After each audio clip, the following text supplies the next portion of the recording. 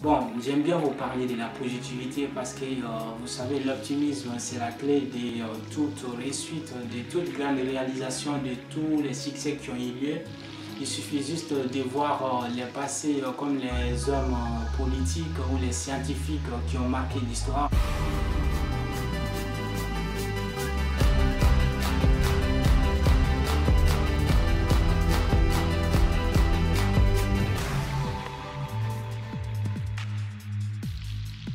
Bonjour, bonsoir à tous, j'espère que vous allez bien. Pour ma part, tout va bien. Bienvenue sur notre chaîne Motivation. Nous venons bien sûr de changer le nom de notre chaîne. Ça sera cette fois-ci Vérité Motivation au lieu de Medium Motivation. Et sur l'autre chaîne également Vérité Sport au lieu de Medium Sport. Et voilà, je vais vous faire part de ça les amis. Vous savez, nous sommes dans la 5e et la dernière partie de notre séance vidéo aujourd'hui. Parlant sur les 5 clés ou les 5 étapes pour se rapprocher du bonheur, pour se sentir bien, car quiconque se sent bien dans sa tête, dans sa peau, tu vois, sur le plan mental, physique, cette personne se sent ou se rapproche également du bonheur, car d'après la définition philosophique du bonheur, le bonheur c'est la satisfaction de notre désir. Dans ce cas, le terme devient plus large, d'accord? On ne va pas rentrer dans ce cadre. On va se concentrer sur notre, n'est-ce pas, thème qui est... Bon, j'aime bien vous parler de la positivité parce que, vous savez, l'optimisme, c'est la clé de toute réussite, de toute grande réalisation, de tous les succès qui ont eu lieu. Il suffit juste de voir les passés comme les hommes politiques ou les scientifiques qui ont marqué l'histoire. On va se rendre compte que combien la positivité ou l'optimisme devrait nous accompagner dans notre quotidien. Parce que c'est la réalisation quotidienne qui nous amène bien sûr à la réalisation bien sûr de notre but idéal ou de notre but essentiel. Pour commencer, vous savez, Bouddha nous en dit plus sur ce sujet, mais que n'importe qui. Voilà, il dit que nous sommes ce que nous pensons, tout ce que nous sommes résulte de nos pensées. Avec nos pensées, nous bâtissons notre monde. Je reprends. Nous sommes ce que nous pensons, tout ce que nous sommes résulte de nos pensées. Avec nos pensées, nous bâtissons notre monde. Vous voyez bien sûr que c'est grâce à notre pensée, tu vois, que nous arrivons à bâtir notre monde. Mais quelle pensée? Parce qu'il y a des pensées, il faut le dire, il y a des pensées positives et il y a des pensées négatives, qu'on soit clair.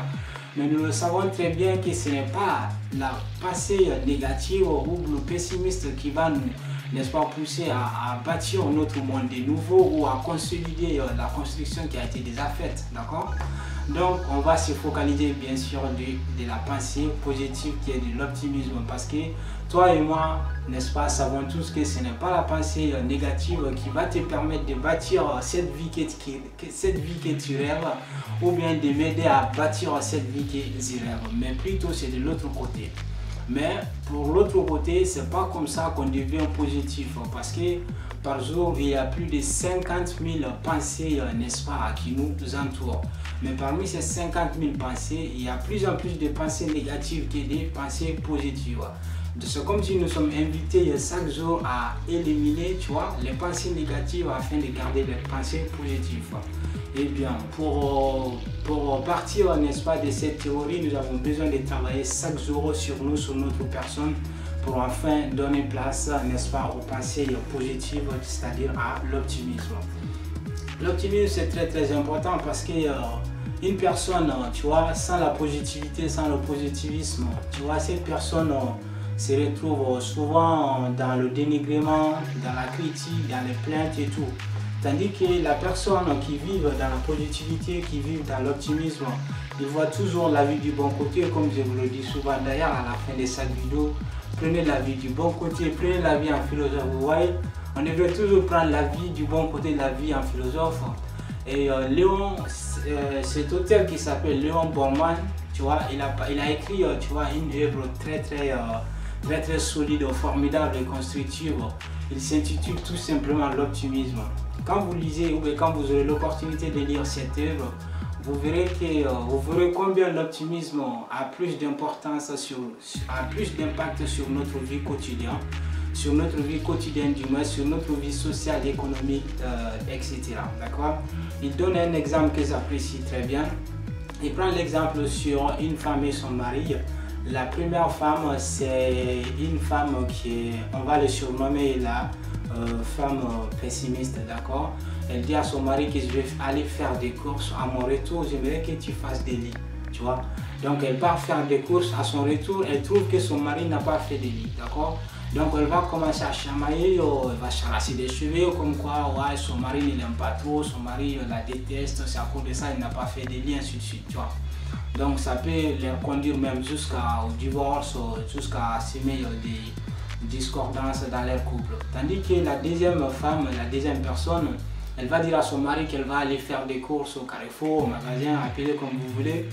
Donc elle va demander à son mari de faire le lit, n'est-ce pas, avant son retour. Donc à son retour, elle trouve que son mari n'a pas encore fait de lit.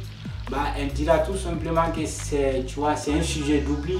Donc elle invitera son mari, n'est-ce pas, entre deux, ils vont faire des lits, tu vois. Donc elle n'a pas à se victimiser, elle n'a pas dit ouais tu m'aimes pas, c'est à cause de ça, tu n'as pas fait des lits. Mais elle a été faire des courses à son retour, son mari n'a toujours pas encore fait des lits. Donc elle et son mari vont faire des lits ensemble et puis elle passe, tu vois, la journée continue, elle passe à autre chose, tu vois. Donc vous voyez l'importance de l'optimisme. La première femme, elle est négative s'il faut dire, excusez-moi du terme, tu vois, elle est pessimiste un petit peu parce que pour elle, vu que son mari n'a pas fait de lit, donc ça prouve quelque chose qui n'est pas formel, ça prouve que son mari ne l'aime pas bien. Tandis que la deuxième personne, elle a vu le fait que son mari n'a pas fait de lit, elle a vu ça du bon côté, elle a pris comme, tu vois, comme un oubli parce que l'être humain n'est pas parfait. Et bah, ils ont passé à faire des lits ensemble et puis ils ont passé à autre chose. Vous voyez la différence? Donc c'est exactement comme ça dans notre vie. La personne négative, bah, s'il rentre dans quelque chose et qu'il ne trouve pas ce qu'il cherche, bah, ou ce qu'elle cherche, elle se retire tout d'un coup et puis elle va commencer à blâmer la terre entière. Tandis que la personne positive, l'optimiste, il rentre dans quelque chose dans le but d'obtenir cette chose. S'il ne trouve pas, il essaie encore, il essaie à quelque part, bah, peu importe le lieu, pour pouvoir jusqu'à obtenir ce qu'il veut ou ce qu'elle veut. Voilà les amis pour l'optimisme, je peux vous en dire plus, mais je préfère pas vous retenir longtemps dans cette vidéo parce que l'optimisme c'est un sujet très large, très pas si compliqué que ça, mais ça nous demande plus de temps à dire. Si vous voulez, je peux les détailler ou dire chaque fois de faire voilà, des courtes vidéos sur l'optimisme si vous aimez bien ces termes. Voilà, je ne vais pas vous retenir longtemps. N'oubliez pas que nous publions une nouvelle vidéo tous les mercredis et samedi après-midi à partir de 15h15. Sur ce, je vous dis, n'oubliez pas de prendre soin de vous car chaque jour que Dieu fait une nouvelle vie, prenez la vie du bon côté, prenez la vie en philosophe. Sur ce, je vous dis, one love et ciao ciao.